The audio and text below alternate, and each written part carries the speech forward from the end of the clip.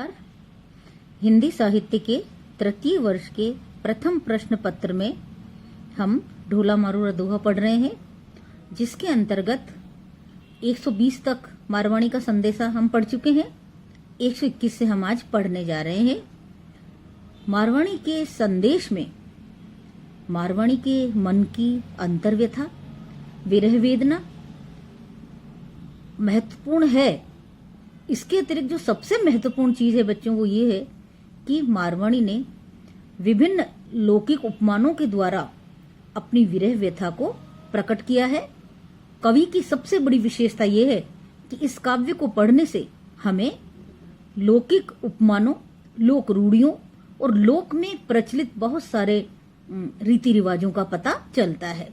और विरह को नायिका ने बहुत सारे उदाहरणों के द्वारा अभिव्यक्त किया है और इस प्रकार से संदेश दिया है संदेशवाहक को कि मानो उसका विरह इस संदेश में पूरी तरह से सजीव हो गया है, पूरी तरह से अभिव्यक्त होता दिखाई देता है।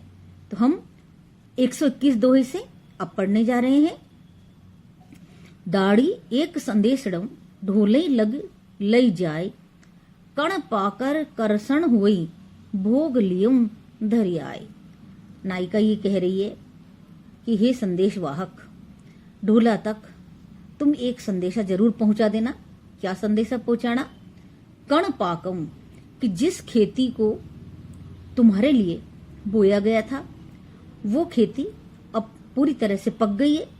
कण पाकण करसण हुआ, अर्थात जो कण है वो पक गए हैं, करसण यानी खाने के योग्य हो गए हैं, और इसलिए अब तुम उनका भोग करने के लिए घर वापस आ जाओ।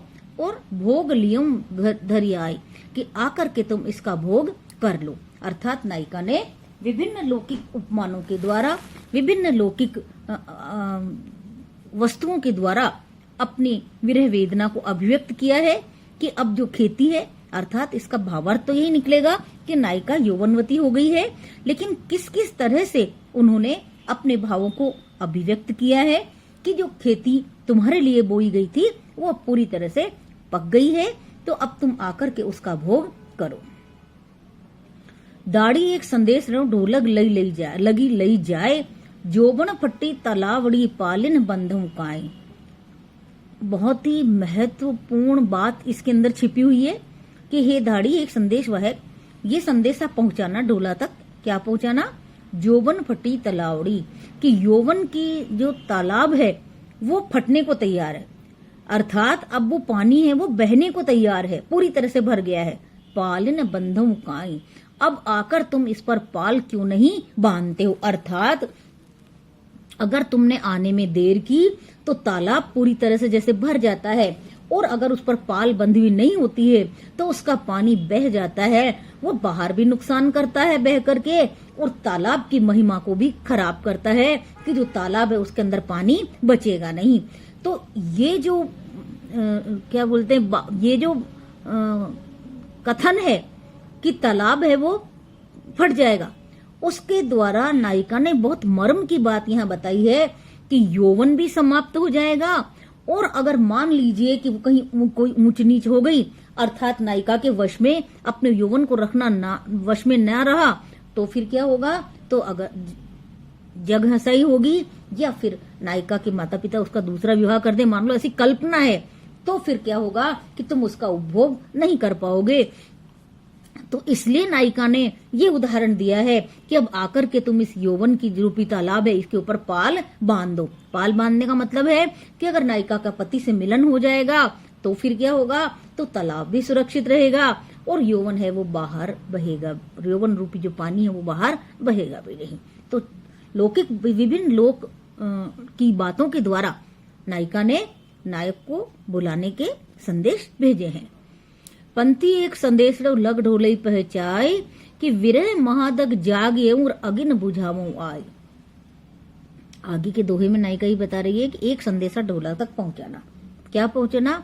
विरह महादव जागे, कि विरह की महाअग्नि है वो जागृत हो गई है, और इस अग्नि को तुम आकर के अब बुझाओ, अन्यथा ये पूरी तरह से यौवन को नष्ट कर देगी या पूरी तरह से नायिका के जीवन को ही समाप्त कर देगी।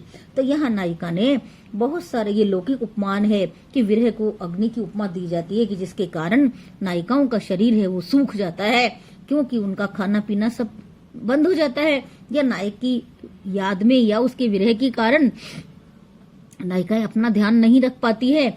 और इसलिए ये जो सहज लोक उक्ति है उसका प्रयोग इस दोहे में किया गया है कि विरह रूपी महादवदव यानी अग्नि की महादावाग्नि है वो प्रज्वलित हो गई है, वो जग गई है, तो इस अग्नि को तुम आकर के अपने मिलन के जल से अब बुझा दो।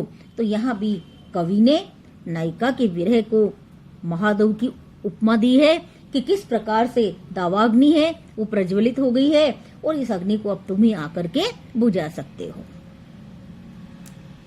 आगे के दोहे में कवि कह रहा है, पही भमंता जय मिलऊं तव प्री आखे भाई, जोबन बंधन तोड़ ई बंधन घातों आए। यहाँ दोनों ही बंधन है, लेकिन दोनों बंधन अर्थ में प्रयुक्त हैं, लेकिन फिर भी दोनों बंधनों का भावार्थ एकदम अलग हो गया है। कैसे? हे पथिक यानी हे संदेशवाहक, अगर तुम्हें मेरे प्रियतम ढोला घूमते हुए मिल जाए तो उनको क्या कहना कि यौवन अपने बंधन तोड़ रहा है, अर्थात जो यौवन है वो पूरी तरह से नायिका के अब वश में रहने वाला नहीं है। तो अब तुम आकर क्या करो, बंधन घालो आओ। तो अब तुम मिलन रूपी बंधन है उसको डाल करके और इस टूटते हुए बंधन को रोको। बंधन शब्द का बहुत ही चमत्कारिक रूप में यहाँ कवि ने प्रयोग किया है कि जो यौवन है वो अपना बंधन तोड़ रहा है, अर्थात नायिका के अब वश में रहने वाला नहीं है, और इसलिए अब तुम मिलन का बंधन है वो आकर के यहाँ डाल दो, घातव यानी डाल दो, घालो। तो इस प्रकार से यहाँ कवि ने बहुत ही लौकिक कथनों के द्वारा नायिका की विरह वेदना को अभिव्यक्त किया है। यही इसका सौंदर्य है और यही इसकी बहुत बड़ी सरसता है। तो विरह को यहाँ पर नायिका की विरह को किसकी उपमा दी है कि वो अपने बंधनों को तोड़ रहा है और इसलिए आकर के तुम मिलन का बंधन डाल दो। आगे बता रहे हैं, पंथी एक संदेश लो लग ढोले पहचाए, निकसी वेणी सांपनी स्वातन बरसो आए। कह रहे हैं, नायिका ये कह रही है कि हे पथिक, एक संदेशा ढोला तक पहुंचाना। क्या पहुंचाना? कि उसके जो केश राशि है, वेणी यानी चोटी, केश राशि है वो सांपनी के समान हो गई है, अर्थात बहुत ज्यादा केश उसके घने हो गए हैं। अब तुम क्या करो, स्वाति जल की वर्षा करो जिससे ये सांपनी है वो वश में हो जाए। अर्थात नायिका यहाँ विरह को किसकी उपमा दे रही है कि उसकी जो वेणी है, उसके जो केश है वो सांपनी के समान बहुत लंबे हो गए हैं, तो वो भी एक सौंदर्य की निशानी माने जाते हैं नायिकाओं के लिए। तो वो कह रही है कि मिलन के स्वाति रूपी जल है वो उसको बरसा करके और तुम मुझे शांति या शीतलता प्रदान करो। इस प्रकार से सभी दोहों में कवि विभिन्न प्रकार की कल्पनाओं के द्वारा, उपमाओं के द्वारा मारवाणी की विरह व्यथा को अभिव्यक्त करते हुए दिखाई दे रहे हैं।